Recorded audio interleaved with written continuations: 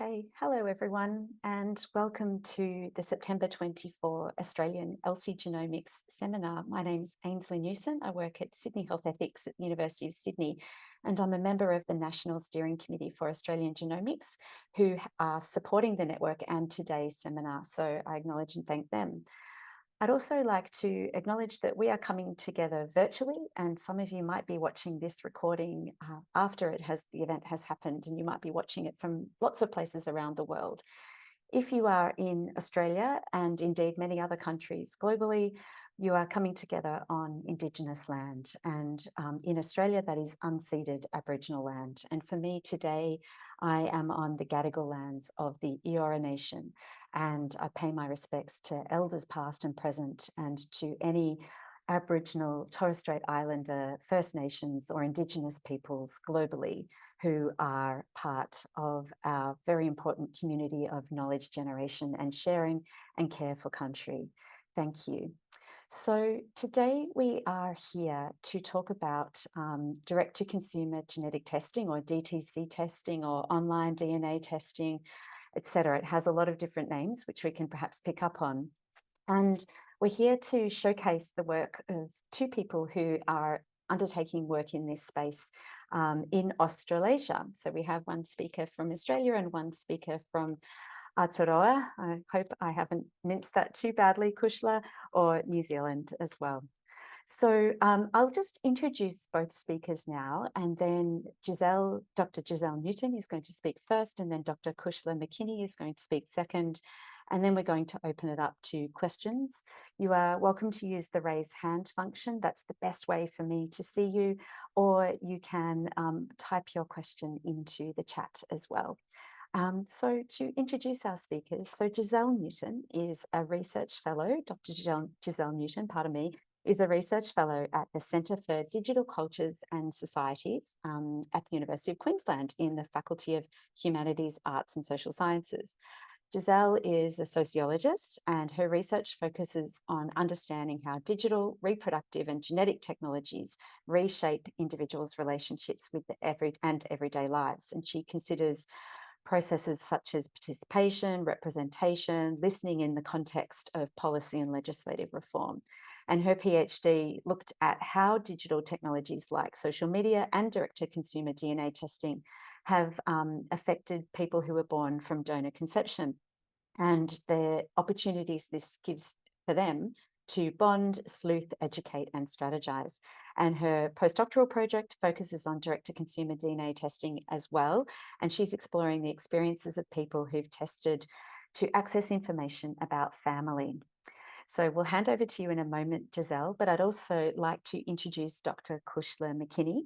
Cushla is an Aotearoa, or New Zealand dwelling, final year student in the UTS, University of Technology Sydney, Master of Genetic Counselling. And she has many things that she's done in her professional and academic career. So she works also as a research scientist at the University of Otago, where she's worked for over 20 years.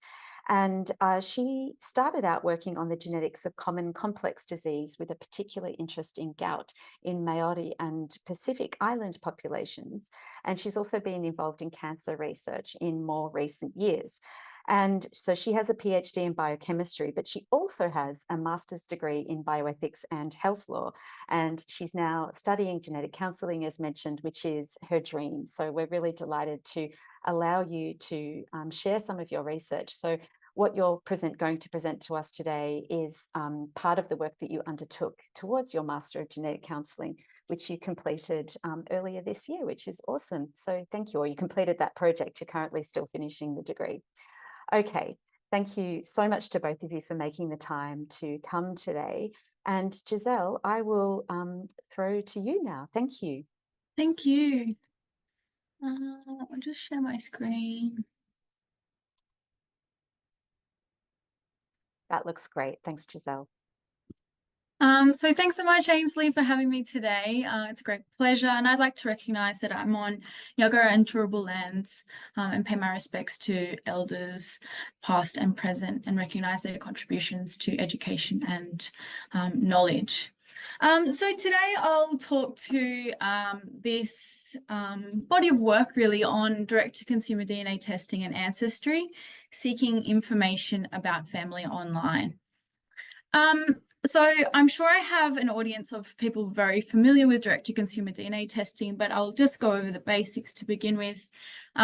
So as many of you know, in the past 10 years, there's been this rapid uptake of direct-to-consumer DNA testing worldwide, so it's become more accessible and affordable. So companies like Ancestry.com, 23andMe, My Family, are making DNA tests more available for as little as, $100. And so in terms of what people are motivated by, this ranges from insights into health and nutrigenics, talents, traits, ancestry, and genetic relatedness. And this ancestry component, people seeking information about ancestry, really has the DNA testing platforms really have three key affordances. The first being access to online family history records, where they can perhaps see marriage certificates or other information, documentation of their relatives. The second being ethnicity estimates, or so-called ethnicity estimates, where people are linked to a geographical region. And the final key affordance is really this DNA matching. So where individuals who have tested are linked in terms of centimorgans or units of genetic relatedness. So to give a little more information on the research that's been done in this space, early research explored Australians' attitudes to direct-to-consumer DNA testing from really the 2010s into the mid-2010s, especially through the Geneos study. But since then, less work has really explored the experiences of communities for whom DNA testing is critical to accessing information about family, ancestry, and health. So communities like those affected by adoption, those who have a parent who's not the parent they expected to be related to, those involved in donor conception, be it donors or recipient parents, those wanting to conceive with a donor or those who were conceived with a donor, and more broadly, lay people who are interested in family history and testing to gain a better sense of where their family comes from, their patterns of migration to particular places, etc. So my interest in this topic really came from my interest in donor conception and being donor conceived myself. So donor conceived Australians really began discussing the potential of direct-to-consumer DNA testing in around 2012. So, 3 or so years after these matching affordances really became available on DNA testing platforms. And media reports around that time, or slightly earlier, were suggesting that DNA testing would threaten donor anonymity. So for many, many decades, sperm and later egg donors were promised confidentiality or anonymity by doctors. And in some ways, the technology or genetic technology has advanced in such a way that this has really challenged norms and practices within assisted reproduction. And later research has really agreed that due to this direct-to-consumer DNA testing, donor anonymity no longer exists. So this has been a huge game changer in assisted reproduction. So as I mentioned, as a donor-conceived person myself, I was keen to explore the potential that this technology had for me and identify my own family members. So I tested myself in around 2017, and like many others who have tested, constantly receive new matches and updates. And then my research really turned to look at DNA testing as part of a broader PhD study on donor-conceived people's experiences and digital technologies, including social media and direct-to-consumer DNA testing. So I'll just give a bit of an overview of what we learned from that work, looking at donor-conceived people's experiences with DNA testing to begin with. So it was really the first empirical study to explore Australian donor conceived people's engagement. And what we found from a national online survey of 91 donor conceived Australians was that a huge amount, over 60%, had participated in direct-to-consumer DNA testing. And of those who had participated, 18% reported that they actually learnt that they were donor conceived through this process. So this is the case where parents have said to their children, or haven't said more adequately, that they were conceived with a donor and have told them another kind of family narrative. And then through purchasing a DNA test, they have had a match with someone that they were was unexpected and learnt of this process of being donor conceived in this way. And of the 61 who had participated, over 80% stated that direct-to-consumer DNA testing had been very important or extremely important in providing them with access to information not available through other means. So in this analysis, we really broke it down into these three themes, I guess. The first one being the genetic truth. So this one was really how interview participants described how DNA testing could clash with particular familial narratives that they had, that their parents had told them or their extended family.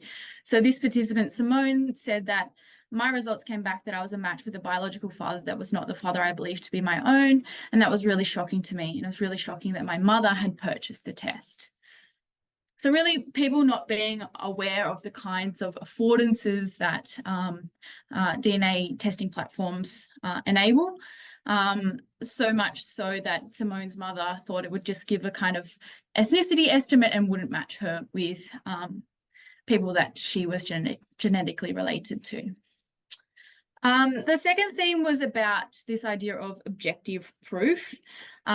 So with medical records in donor conception, medical records were often destroyed or modified or incorrectly recorded to begin with.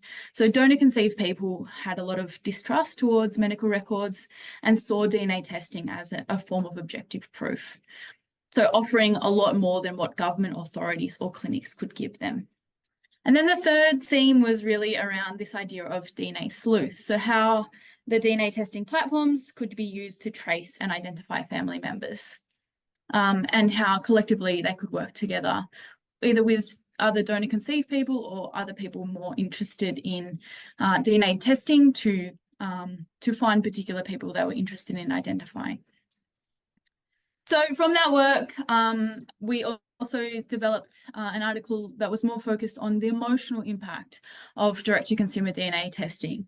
So here the focus was on realizations, resemblance, and relationships. So how being conceived with through donor conception and then subsequently realizing that this was the case was triggered a whole chain of emotional responses.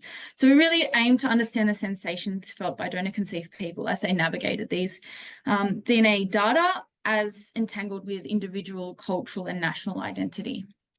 So it was really an in-depth analysis of 3 participants who all had a very distinct ethnicity estimate via the platform than what they expected.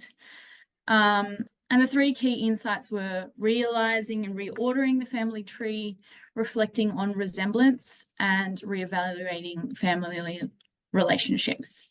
So I'll go to this first one. The realizing and reordering the family tree was focused on how DNA discoveries triggered initial sensations from shock to stupidity to feeling cheated and duped. So these 3 participants all learned in their 30s that they weren't related to the father that they thought they were. So here the participant, Simone, describes how she felt it's a real shock to the system to learn that and think how dumb. It's a real undermining of your belief structure and your confidence in yourself. So how things kind of started to go da-jing, and she started to make sense of reordering the narrative that she had of herself and her identity.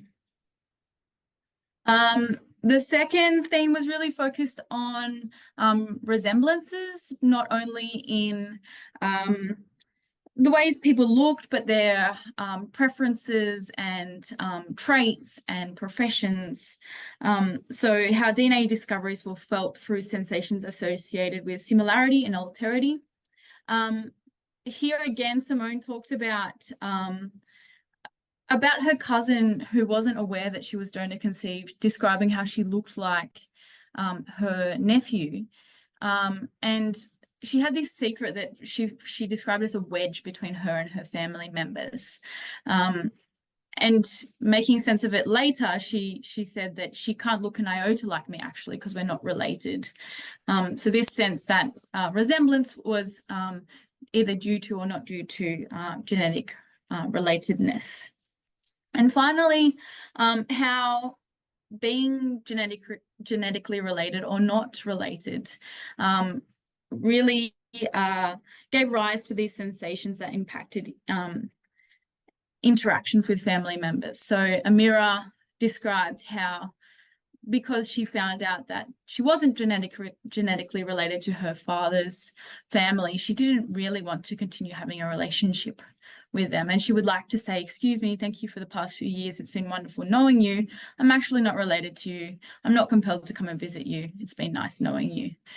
But how she really promised her mother that she would keep this secret. And so she would have to continue seeing her father's family into the future.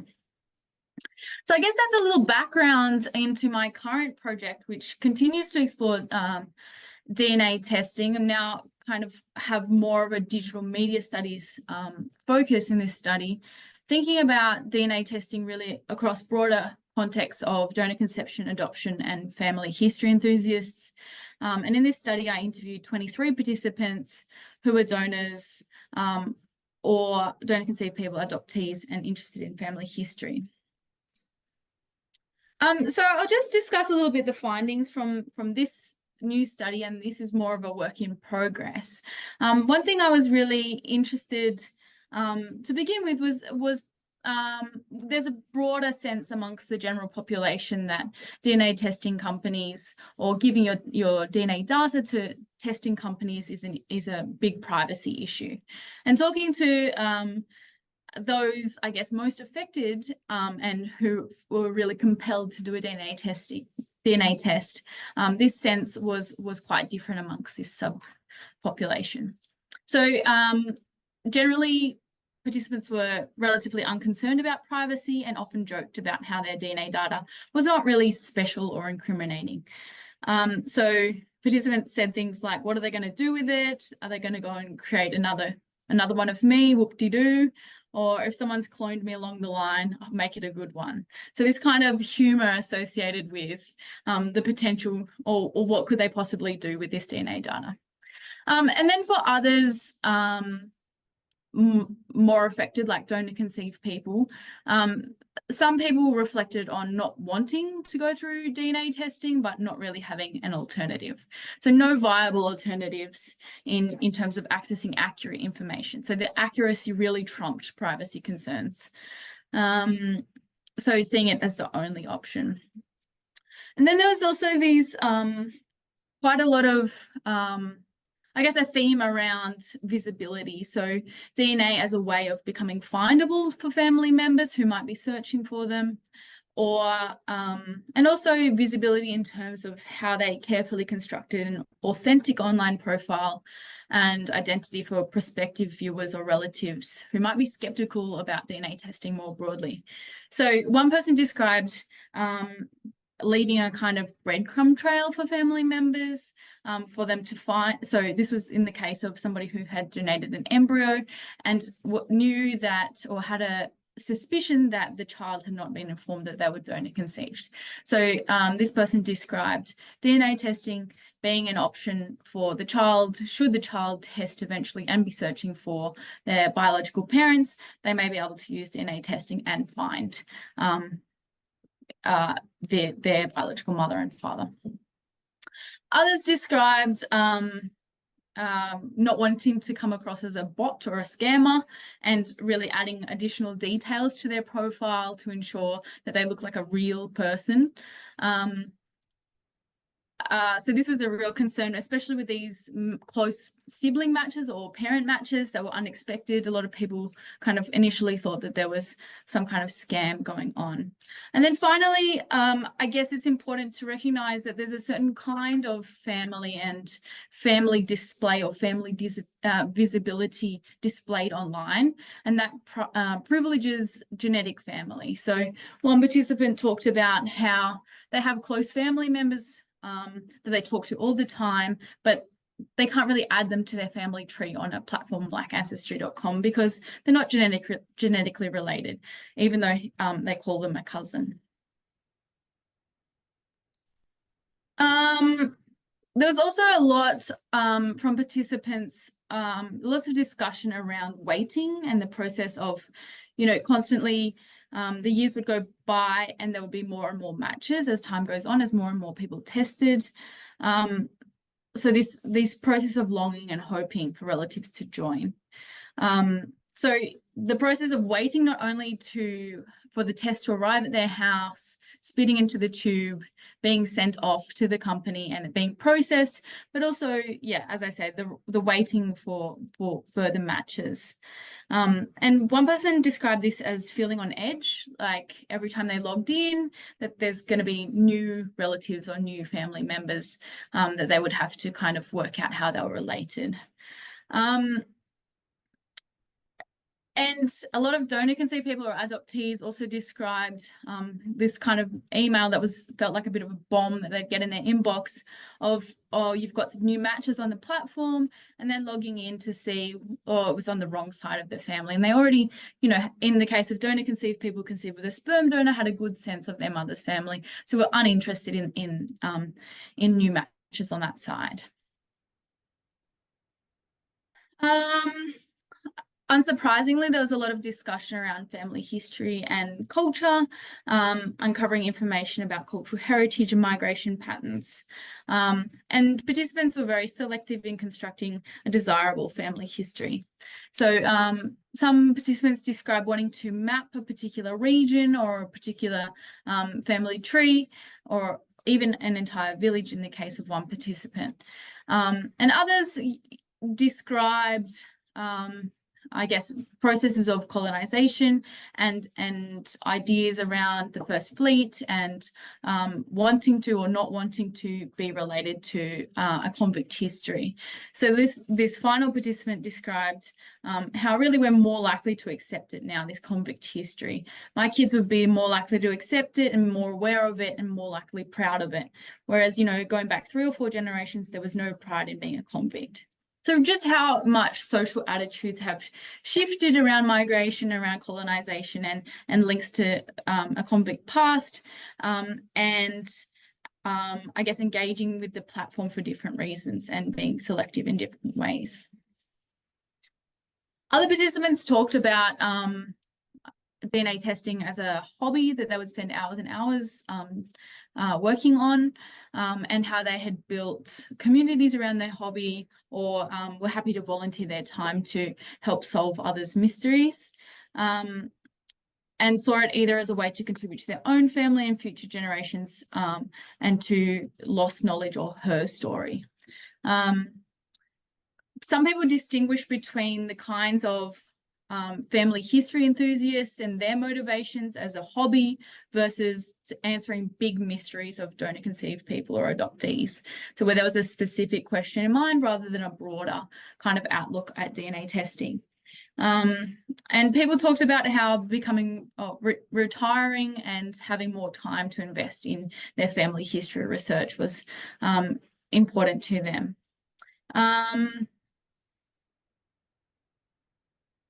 And then finally, also on this idea of reproductive justice. In the context of donor conception, DNA testing was really viewed as a response to injustices within the fertility industry, where there was inaccurate or absent record keeping. So not being on particular lists or not being on particular records, these and the experiences of being able to match through DNA testing was meaningful. So just their gratitude, but also the complexity in their feelings towards these private companies that are often offshore. So I am probably close to the end of my time, so I'll just draw on a couple of conclusions now.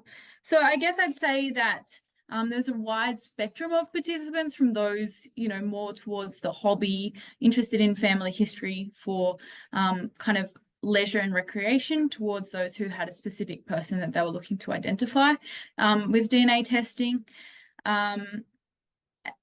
And then participants really saw DNA testing as a useful, meaningful, and accessible tool, was broadly thought of as a cheap option to find information. And although there was a waiting process, they found it relatively quick and felt in control of that process.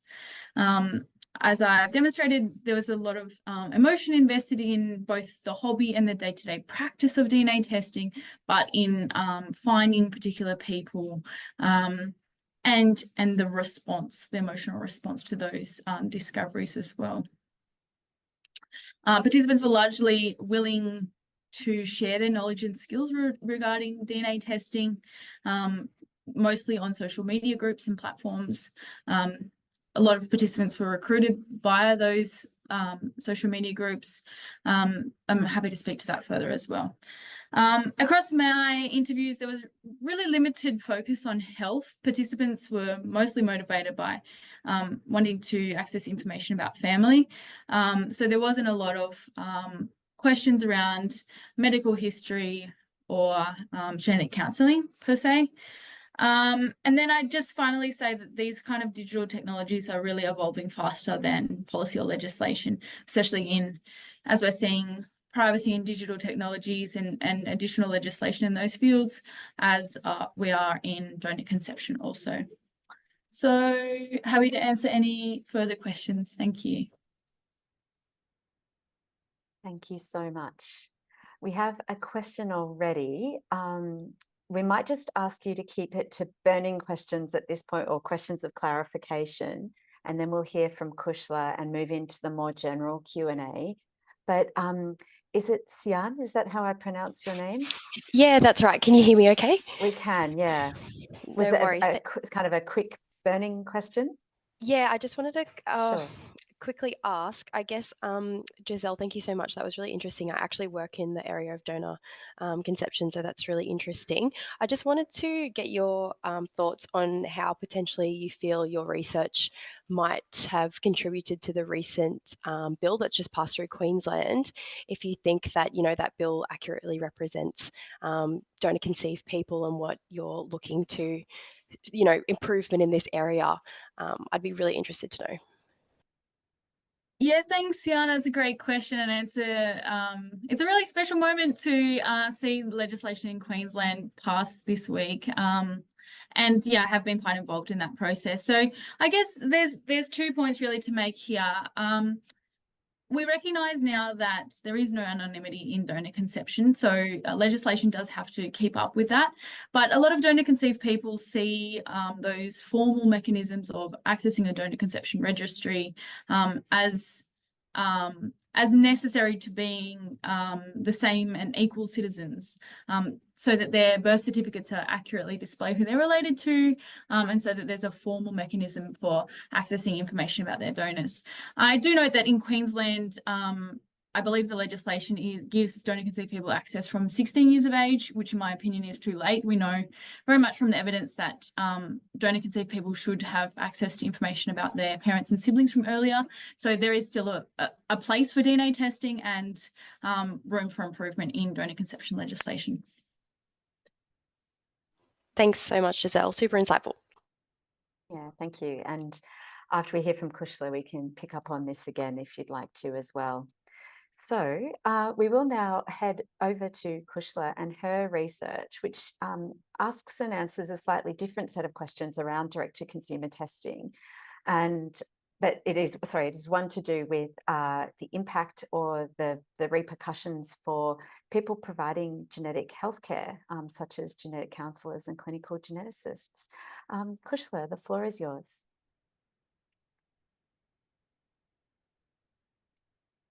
And Cushla, you're still muted. You just need to unmute.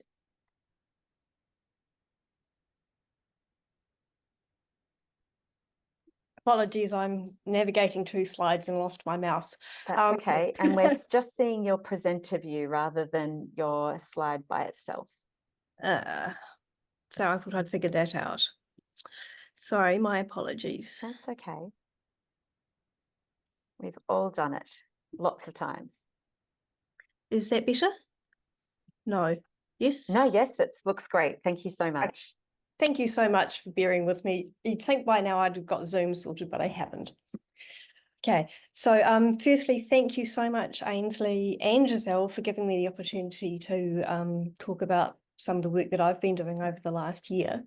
And I guess this is a really nice counterpoint to what Giselle's been talking about, because it's looking at sort of the other side of the direct consumer testing story. So I guess I really like this quote here from Anna Bostigi, who was the founder of 23andMe, who told an interviewer in 2019 that her motivation for founding the company was to give people access to genetic testing without having to obtain a consulted doctor or a genetic counsellor. And you know, we all know that, you know, 23andMe was an amazing success story. And in the subsequent 2 decades, the industry's boomed. So over 30 million people worldwide have purchased genetic testing to date for everything ranging from breast cancer risks to skin aging to ancestry. Okay. No, it's not. Okay. So according to a marketing study carried out at the end of last year, the industry is now worth 1.93 billion American dollars, and it's predicted to grow by almost 25% year on year until 2030. And this expansion's in both targeted analysis, which is looking at specific genetic changes associated with conditions or traits, and whole genome sequencing, which reads through the entirety of a person's DNA. And the areas of particular growth are areas like reproductive genetics, pharmacogenomics, and nutrigenomics. And so, as you've heard from Giselle, for many people, these tests are empowering. They give them an opportunity to satisfy their curiosity about their identity, take control of their own health and genetic information. And despite initial fears from the medical community that the lack of professional advice and support could lead to widespread psychological harm, most consumers have little regret or lasting anxiety, and few choose to access counselling services even when they're available. That said, some people do need guidance to interpret their results or cope with the negative impacts from unexpected discoveries. And as more complex and varied tests are rolled out, the number of people needing to support to understand and contextualise their results is likely to rise. So since I'm currently retraining as a genetic counsellor, I think you can probably guess what I'm going to say next, which is that GCs are ideally positioned to support consumers and companies in a range of settings and contexts. And a number of potential roles outside the traditional provision of support for those affected by or at risk of genetic disorders have been identified. But what might be more surprising is we really don't know a great deal about what experiences GCs actually have in these areas. However, reports that 1 in 4 consumers feel counsellors are disinterested or dismissive of them suggest that counselling practices need to be better aligned with their needs and experiences. And it leaves a number of important questions about how GCs currently support consumers and how we can better identify the needs of both consumers and counsellors. So today, my presentation, which is based on the research project I carried out as part of my master's degree, is going to talk a little about the following questions. So the first question is then, what do genetic counsellors think about direct consumer testing? What needs and expectations do consumers have of the counselling services? How do counsellors currently support consumers? And how could they do it better in the future? So to consolidate what we know about the counselling, how the counselling profession has responded, we carried out a scoping review to assess and summarise the research in the area. So for the purposes of this review, we included both genetic counsellors and geneticists, as both potentially involved in providing support to consumers. Although for the sake of this presentation, I'll use the term counsellor or GC to refer to both. Tests involved, we looked at both the traditional format of tests where consumers order them directly and the consumer-directed tests where a company physician orders on the consumer's behalf. And the research was designed to capture information on counsellors' views and experiences in the direct-to-consumer testing space, consumers' experiences of counselling, the provision of counselling by companies themselves, and what kind of genetic counsellor design tools and resources are out there to support consumers. And we looked through 7 databases with no date restriction. So at the end of the screening process, we identified 38 papers from 35 studies carried out between 2009 and 2023. So 25 of them looked at counsellors or consumers' experiences of counselling, 8 had information of some form on company provision of counselling, and 2 I talked about or described counsellor design, consumer resources. And the papers were then explored using thematic analysis, and the results were grouped under 4 general domains. So testing acceptability, impact on consumers, counselling and consumer needs and experiences, and where consumer counselling sits in relation to clinical practice. So these first 2 themes then essentially describe the contextual landscape in terms of how genetic counsellors regard direct consumer testing, while the second 2 address the counsellor and consumer needs and experiences and identify areas where further research is needed. So if we look at our first question then, what do our results tell us about what genetic counsellors think of direct-to-consumer tests? So from the point of view of counsellors, one of the most important factors influencing how acceptable testing was the level of pre- and post-test support. And the general consensus was that pre-test counselling should be provided to ensure consumers can make fully informed decisions about testing, and that post-test counselling, particularly for conditions that had serious health implications, should be a prerequisite. There were fewer concerns about recreational testing, such as trait analysis and ancestry, although the line between the 2 is becoming increasingly blurred because many who purchase recreational tests also upload their data to third-party sites for further analysis, which is something I'll return to later. So in part, these views reflect concerns about the unregulated state of the market and the view that companies were motivated by profit rather than the best interests of consumers. And this included predatory and misleading marketing of unnecessary or inappropriate tests, and a lack of transparency about aspects such as the potential implications and limitations of testing, security and use of data, which prevented consumers from making fully informed decisions about testing. The validity and utility of the tests being offered was another important consideration. So while some tests have clinical utility, they still require confirmatory testing and counselling, while others, even though approved by the FDA, have poor predictive value. And although the accuracy of many health-related tests has improved since the FDA mandated the use of accredited laboratories, test accuracy is still a significant concern. And that's particularly true of results from third-party analysis, which have false positive rates of 40% or higher. And there was one study of Australian Genetic Services that reported that they could validate fewer than 10% of the results that consumers bought through. There were also concerns, about the adequacy of reports, and although some companies provide clear, comprehensive and easy to understand results, others were overly complex or simplified.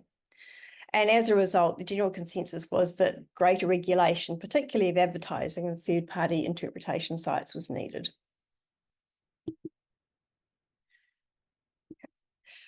So in terms of impact on consumers then, genetic counsellors identified benefits for these tests, including providing clinically relevant information for people who can't access medical testing, increasing public awareness of and interest in genetics as a source of information about family and ancestry, as you've heard from Giselle, and as a way of initiating health-related discussions or behaviour change.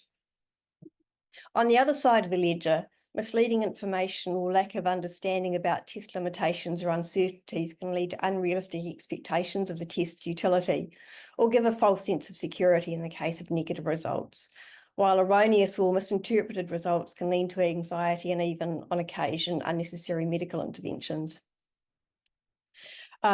The extent to which these fears are justified is hard to say, but some GCs report consumers have a lower genetic literacy and understanding than their clinical patients. And other studies assessing consumers' experience of or ability to interpret company reports show that even those that have a good knowledge of genetics can need assistance with interpretation. Now, this is an interesting observation, since one of the reasons that are suggested for the low uptake of counselling is that people assume that, they understand their results. And it is consistent with other studies. So another factor might be a lack of awareness or experience with counselling as well. So a study carried out by Genetics between 2009 and 2010 found that active outreach to their consumers increased usage of their genetic counselling services from 7.5 to 60%. And there was also evidence that lack of access plays a part as well. So GCs and public services report implicit or explicit policies preventing them from seeing consumers unless they meet clinical guidelines. So a joint statement, for example, by the British Society of the Genetic Medicine and the Royal College of General Practitioners advises doctors not to refer patients based on test results alone. And Australian services accept only half of the direct-to-consumer referrals received between 2010 and 2019. In addition, the health-focused nature of clinical counselling also excludes those undertaking recreational testing, despite a 2022 update on elective genome testing by the professional body that oversees the GCs in North America, the NSGC, which explicitly stated these tests do fall within the scope of practice. Okay, so this leads us to the third theme, which is looking at the impacts of direct consumer testing on counselling services and the experience of genetic counselling from the perspective of both providers and consumers. So direct-to-consumer testing impacted healthcare resources in two ways. Firstly, by increasing demand for counselling services and in terms of cost of downstream testing. So genetic counsellors reported that triaging inappropriate referrals and interpreting company test results took time away from their other duties, while the need for confirmatory testing and other medical follow-up could be significant. Again, to put that in the Australasian context, although overall referrals are low, a study of Australian providers in 2011 found that almost 3/4 required some form of follow-up. And in the Australian study that I mentioned with association with the previous slide, over half the results that they received required additional counselling resources or cascade testing. In terms of genetic counsellors' needs and experiences, there was a general acceptance that some knowledge of the industry is needed. So in the early years, many GCs felt unprepared to support consumers because they were unfamiliar with the tests and really hadn't had much to do with consumers at all. More recent surveys have found that most counsellors have been approached or worked with consumers, and modules on direct consumer testing have been incorporated into counselling training programs across the United States, although these generally consist of only 1 or 2 lectures. It's also part of the UTS course, and in fact, we have the first of our classes on this topic immediately after this presentation. So the NSGC, again, the American body, has developed educational modules and guidelines, and many GCs do continue to self-educate, but primarily through following the literature. Overall, though, although there was a desire for more specialised education, most GCs now feel that they know enough to counsel consumers effectively.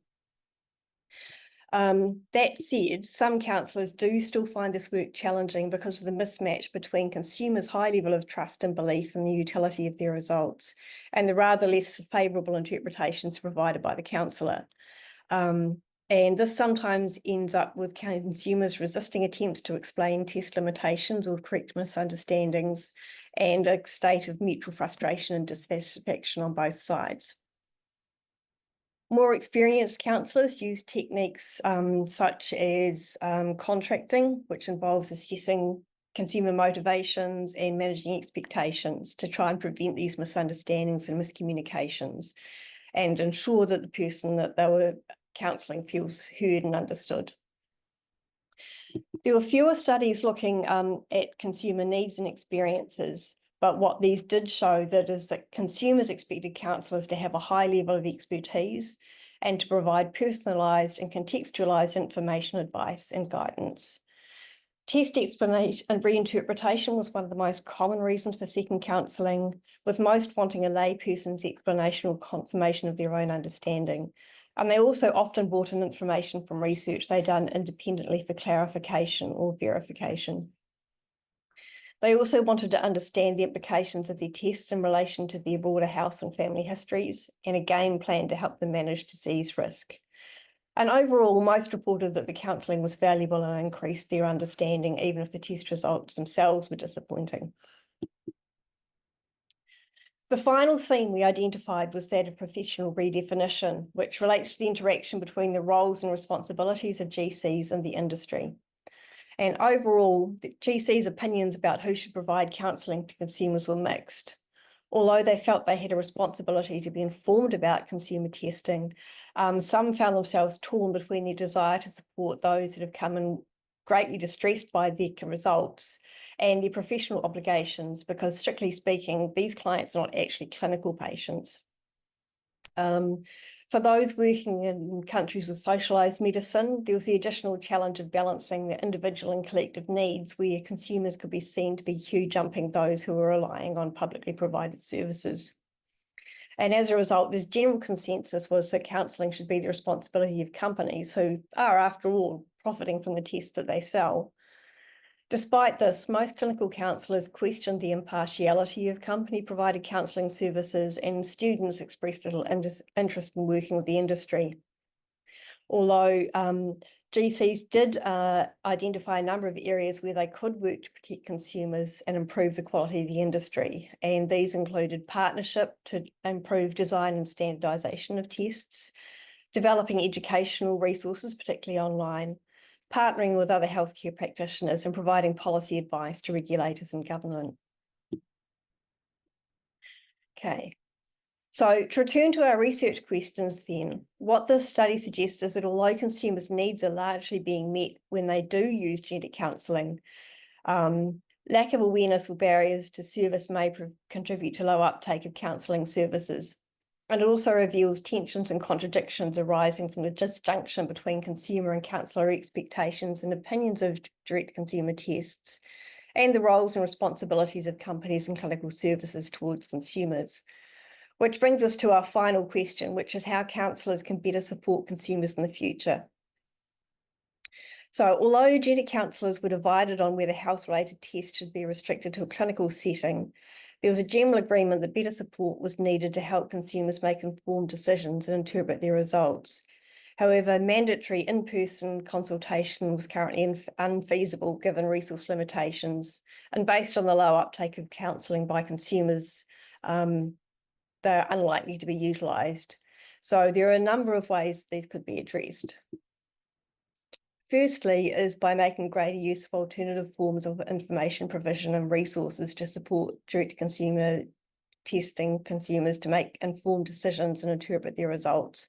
And we did find a couple of examples of these in our review, one of which was a decision guide for consumers and doctors, and the other was a third-party analysis site that provided much more accurate and targeted information than commercial TPIs. Another thing that could be done is to repurpose resources designed for research use or privately provided elective testing. A change in mindset in part of the profession will also help. So one of the main marketing messages of the direct consumer companies is that counsellors are gatekeepers to genetic information. This is a perception that isn't helped by genetic counsellors' questioning of consumers' ability to make fully informed, autonomous decisions around testing or to understand their results. Conversely, for consumers, the decision to purchase a test may be regarded as a way of exercising personal autonomy and taking responsibility for their own health. Furthermore, for consumers with an individual and family history of illness, direct consumer tests can be a way of obtaining answers that medical establishments have been unable to or unwilling to provide. So partnering with consumers, perhaps by recognising the shared interest and excitement that they have around genetics, would help GCs build relationships with consumers and allow them to better identify and respond to consumer needs before they present in clinic. And it could also improve the counselling experiences for both GCs and consumers. So successful counselling interactions require understanding people's motivations for and expectations of both the testing and counselling, and tailoring of information to match their levels of health literacy. As you've heard from Giselle as well, test results can have a personal utility and meaning that extend beyond a scientific or medicalised interpretation. And failing to recognise and acknowledge these values and expectations can create a tension, which could be managed by adopting a more equitable approach to the counselling relationship. Also, counselling is an opportunity to empower consumers to critically evaluate their testing options and to approach current and how to approach current and future test results. So this client-centred approach is particularly important for those with a prolonged diagnostic odyssey who have experienced medical disregard or have used direct consumer tests because they weren't able to access clinical services. And it is worth noting that these skills fall within existing professional competencies, and counsellors who work extensively with direct consumer testing consumers do use these very effectively. There's also a need to improve counselling access and uptake without overwhelming services. Ways that this could be addressed include active outreach by company GCs to consumers with concerning results to make sure that they engage with healthcare systems. Educating other healthcare providers, such as primary physicians and nurses, to provide counselling in more straightforward cases, and to recognise when to refer consumers to GCs would also reduce the strain on services. And we are seeing that with the mainstreaming, for example, of some medical testing. The use of consumer-centred and remote models of service delivery and new communication technologies could also be helpful. So, for example, one of the studies in this review looked at counselling delivered by text messaging. And certainly the use of video-based counselling has become more common and acceptable since COVID-19. Increasing use of provision of private practice, where access would be based on client needs rather than specific clinical criteria, could also be helpful, although that does have its own equity issues. Because it would enable people who are ineligible for clinical testing, including people who purchase recreational tests, to receive support. Private providers could also potentially adopt innovative approaches more easily than those that are working in public services. And finally, ongoing research is needed to ensure evidence-based best practice and to make sure that consumer needs are being recognised and met. So few of the papers in this review included consumer perspectives on counselling, and none have been carried out since the FDA approved health-related testing in 2017. Further studies are required to improve understanding of consumer needs, experiences with, and counselling outcomes, particularly for the non-traditional consumers, which are sometimes called the healthy and the curious, or the worried well, and those that are utilising new whole genome tests. More research would also be needed to identify the characteristics of clients who would benefit or require the support of genetic counsellors. And this would allow better triaging and ensure the consumers with the greatest needs can access counselling services. It's actually really difficult to ascertain much about the uptake of counselling by consumers of recreational tests, as most of the study in this review investigated health-related tests. But again, as you heard from Giselle, sometimes these tests can return results that can create considerable distress as well. In addition, only 2 studies have explicitly examined counselling provision by or uptake by specialist and private direct consumer testing oriented services outside a medical setting, and that potentially hides the extent of consumer counselling needs. And there was very little up-to-date research on the availability and quality of company-provided counselling. So there's only been 2 studies carried out in the last 10 years, and the information that was available was generally collated in student and surveys of company websites where it was recorded as secondary data with no information on the quality of the service or its uptake. And there's and an environmental scan assessing both private and company provided counselling would make an excellent complement to this scoping review. Finally, we also need more demographically varied studies. So, for example, more qualitative research exploring the experiences of diverse stakeholders, which would provide a broader and deeper source of data to inform future practice. In terms of the limitations of the study, we didn't include any non-English publications or commentaries or opinion pieces that could previously provide insights into counsellor and consumer attitudes and experiences, other than what's been picked up in the official surveys. Many studies were conducted in the US and might not be generalisable to other countries with different healthcare systems, levels of uptake, expectations, and regulatory frameworks. Most of the views and experiences provided by GCs, as I said, working within the healthcare context, and may not reflect counsellors and other forms of service provision or capture the experience of consumers unable to access clinical counselling. There's also many different variations of direct consumer tests, and the definitions between the different studies was not always the same. And finally, a literature-based strategy might not adequately capture all the available sources of information, especially regarding alternative approaches, the private service provision, within and beyond the companies. Finally, I'd just like to acknowledge my supervisors for this project. So from the University of Queensland, Giselle Newton, Vaish Nathan, and Aideen McKinney-Leo. And at UTS, Lisa Dive was my UTS supervisor, and Rebecca Dale was the amazing librarian who helped me establish the search. And just finally, given the audience, I just wanted to finish off with this slide here, which I think highlights some of the tensions and contradictions that face genetic counsellors in working in this space. Thank you. Thank you so much, Cushla. I feel like we need that slide just to stay there for a couple of minutes so that we can absorb it. Wasn't expecting a kind of super interesting coda like that. Thank you for popping it up there. And I think you're right, it will be very meaningful to many of the attendees here today. So we have just under half an hour for questions and answers from our 2 speakers today. And I think everyone will agree they're both just incredibly rich studies that bring, or bodies of work, I should say, as well, but bringing complementary and sometimes distinct ideas as well. So if you'd like to ask a question, please feel free to pop it in the chat or raise your hand, and I will keep an eye out for that.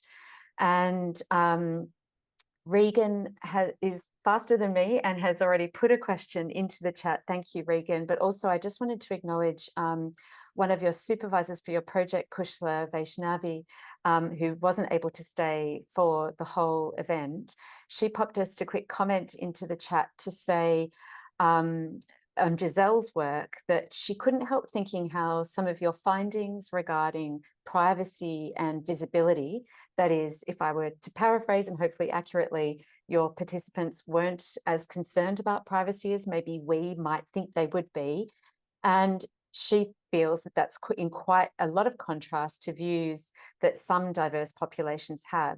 So in the studies that she undertakes, for example, she says that it's very clear that their DNA is not going to be used to do things like clone people, for example. So anyway, she just wanted to kind of say she was quite struck by that finding, as I think a lot of us probably were. Okay, has everyone had a chance to absorb Kushla's final tensions and contradictions slide? Yep, hope so. Great, thank you. So Regan, if I think you're still here, yes, there you are. Would you like to ask your question live? There you are, hi. Hello. They were two wonderful presentations. I really, really enjoyed it and wrote lots of notes, and I'm hoping to get the references so I can go and look up more papers. I had two questions. One was for both Giselle and Cushla, and the other one was more for Giselle. My first question was, what's the role of a genetic counsellor in ancestry testing? And does that person providing support have to be a genetic counsellor, or could they be a different type of counsellor? My second question for Giselle was about how you think the findings that you were finding from your studies with people who were donor conceived might be used to influence the information that's provided to sperm donors in the future. So thank you. Well, I'll try and tackle your first one. I guess there's no specific reason that you should have to have a genetic counsellor in terms of dealing with ancestry. I think the times when potentially it is relevant is people are not always aware that they're going to find out unexpected things about their own families. And from that perspective, the training that a genetic counsellor has in terms of providing sort of psychosocial support is potentially valuable. But that said, you know, these are skills that other practitioners can learn as well. And so that the other role of the genetic counsellors is to try and provide support to other practitioners who are potentially dealing with these people. And just to answer your second question, I guess we're starting to see shifts in the way both clinics, fertility clinics, as well as donors think about the act of donating gametes, and seeing that role as a donor as something that is lifelong, and being open to some kind of contact or even potentially a relationship with the person conceived is something that we're obviously advocating for in legislative context and policy context, but DNA testing allows many donor conceived people to find out information about the genetic family, even when the donor themselves doesn't do a test, through third or fourth or fifth cousin matches. So this idea that they're going to be anonymous has basically vanished. So we need to ensure that donors are aware of that prior to donating, and those that donated in the past are kind of guided to understand that that was a promise made in many cases by doctors and not by a legislative framework. And in some states of Australia, that has been overturned with retrospective legislation. So just guiding donors and supporting them to how to kind of deal with an adult child contacting them is something that we certainly need to be investing more in, and then those new donors and making them aware of that. Thank you. Thank you so much. Regan, is that you've got what you need? Great, thank you. Dr. Megan Prichter from Melbourne Law School, hi. Hi, Ainsley, and hi, everyone. Thanks so much for those two fantastic talks. Yeah, really interesting stuff there. And I know, Giselle, you and I have just been introduced by our mutual colleague, Ash Barnwell. So I've been working on a similar project here at Melbourne Law School, led by Jenny Conrick, on direct-to-consumer DNA testing for people who had an experience of adoption or out-of-home care. And in the context of that, I was really interested in your findings around privacy and the idea that people weren't concerned about it, as somebody else has asked a little bit more about. And it'd be great to hear from you a bit more about, I suppose, how those questions were framed and a bit more about what people said, because the responses that you described about cloning seemed a bit like people were missing the point. So perhaps you could say a bit more about that. Yeah, so maybe I'll just start by also linking this to Vaish's earlier comments about the diversity amongst the sample. So I will say that it was a largely white sample. The ages range from late 20s to 70s, with a mean age of 52 years. So that's the kind of demographic we're talking about. The questions were put to participants were very much around privacy. What do they think that companies like Ancestry.com could potentially do with their DNA data? So yeah, responses range from these kind of joking and humorous responses to things like trying to work out in the interview context, well, what could they really do with this data? Maybe they are selling it on. How might that affect me? How does that, how do I balance that with other details like, you know, they're not making public, or participants would say things like, it's not like my full name and address, you know, seeing it as a different kind of data, whereas that other kind of personal information in many cases was valued more, seen as more important or needed to be safeguarded more. And then the other end of the extreme is people that were worried about it but didn't see it as something that they could say no to because they were more interested in accessing that information. So there is certainly a spectrum. And yeah, I guess it's always that kind of two-sided coin of privacy and visibility, and thinking about how that would be connected, how it might be visible to the police, to all kinds of agencies that may have access to that data. There was some participants that were aware of those challenges, but a lot were willing to give up, so-called give up that privacy for information. I hope that answers your question. Yeah, thanks so much. Yeah, I might jump in there as well, because one of the things that was quite interesting from my study is I thought that privacy and data security would be one of the major concerns for the genetic counsellors, because, you know, that's certainly an area where, as Giselle has said, you know, most people don't think about those consequences, but actually we only found a couple of studies where that was mentioned as being a significant concern, and I think it's becoming more so now, but it certainly wasn't on counsellors' radars until very recently either. So I think is an interesting aspect of the whole thing. All right, thanks so much.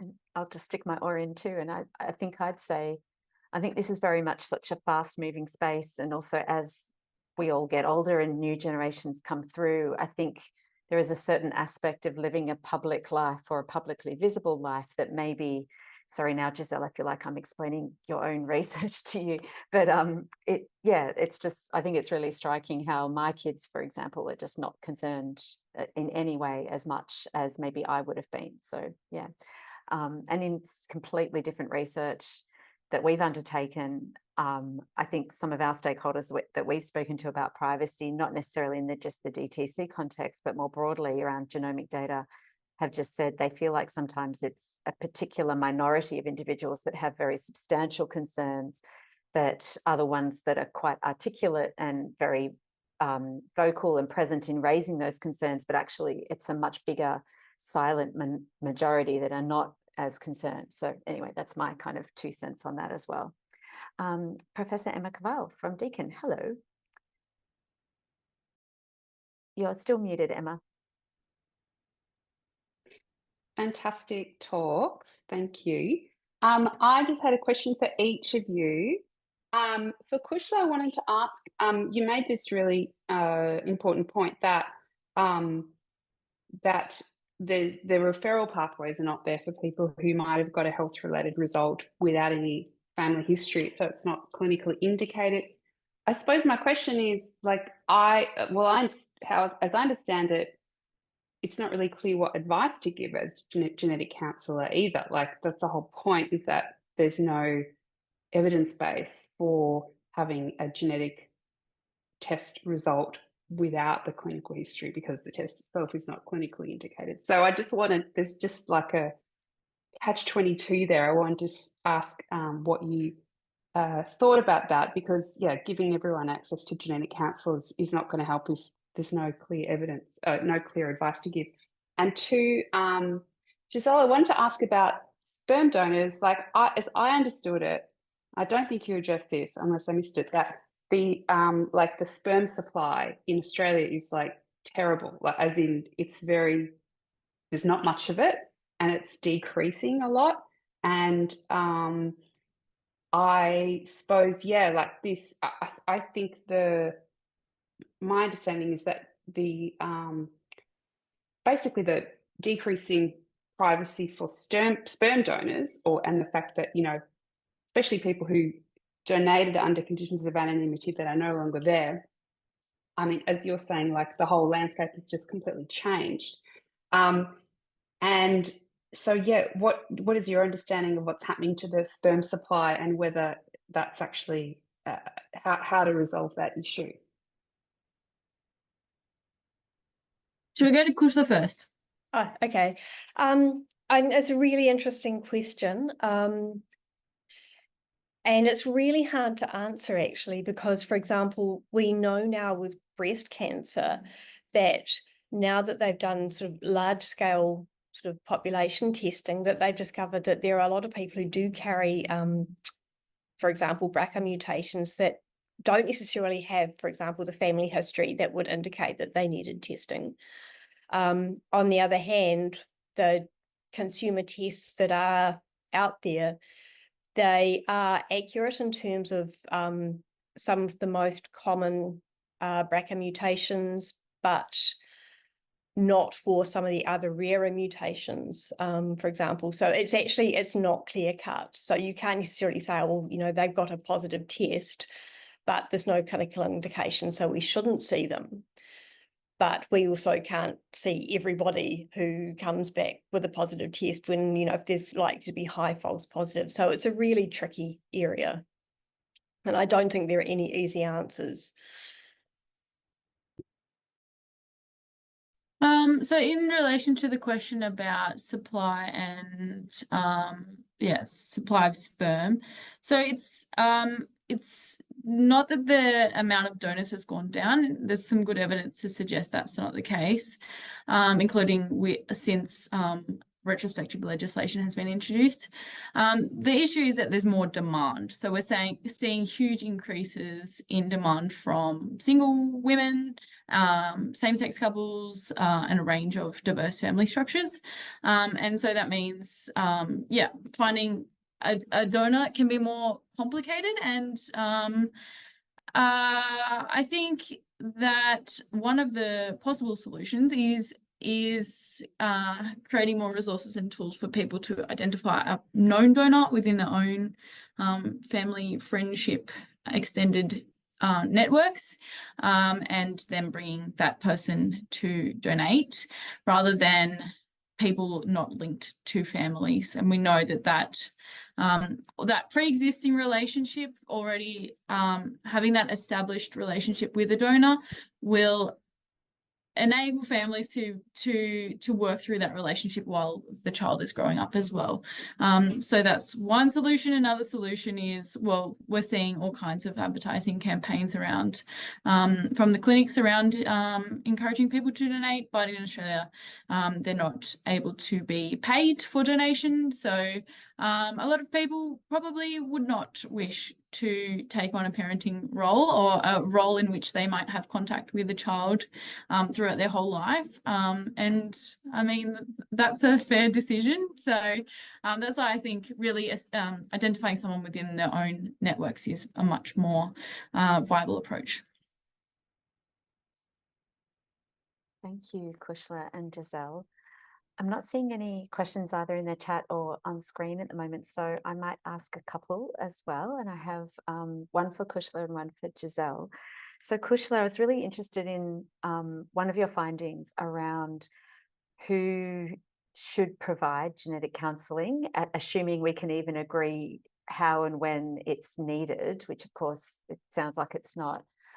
But either just in what you saw in your research or actually just your own forming view as someone about to enter this field, how do you feel about, from a workforce perspective, I guess, the sense that it came through in your data that genetic counsellors don't seem to have a massive appetite, at the moment at least, for working with companies that provide these tests. And I'm just wondering why you think that might be, or whether these answers were articulated in what you saw in the literature. So what's driving that sort of not particularly keen interest in working in that industry? Most of it comes down to the sense that if you're working for a company, you can't be fully, focused on the client's needs and expectations because you have these split loyalties. And there was a lot of sense, as I said at the beginning, that the companies are driven by their profit motives rather than the interests of consumers. So I think that that's primarily where the reticence comes from.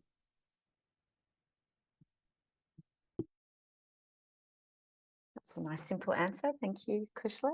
And Giselle, I was interested in your study around the nature of, I guess, expertise and trust and what makes someone an expert or a trusted source. I'm guessing, I've never been in these particular groups online where these types of things are discussed, but I'm guessing that there would be certain members that have that magic top contributor kind of label or a big score next to their names, as lots of these groups seem to have these days, who are there to kind of say, these are the companies you should use, or these are the ones to avoid, or if you want this, go here type thing. And just wondering how your participants, particularly in the study you've just done, I guess, spoke about that type of expertise, like what in their eyes made someone an expert and someone they would listen to and be guided by in the choices they would make, or equally, what factors did they use when deciding which kinds of companies to use? What made them trustworthy? Yeah, I think it is, as you say, very interesting from the perspective of participatory digital cultures and how those forms of expertise and knowledge are evolving. I guess a lot of the advice around which particular company to get testing from was based on their location, and whether that be, so a lot of these groups are country specific. So from the perspective of donor conceived groups, there's kind of an international Facebook group and then an Australian group. And then you have these kind of DNA angels who offer their voluntary services to support others. And I think for a number of people, they were a bit maybe standoffish at first to give over their password to their DNA profile at first, but then really saw that somebody who was willing to come forward and offer this kind of voluntary contribution, they were very much puzzled by wanting to give over that time to support this kind of cause, but were thrilled that others would do so.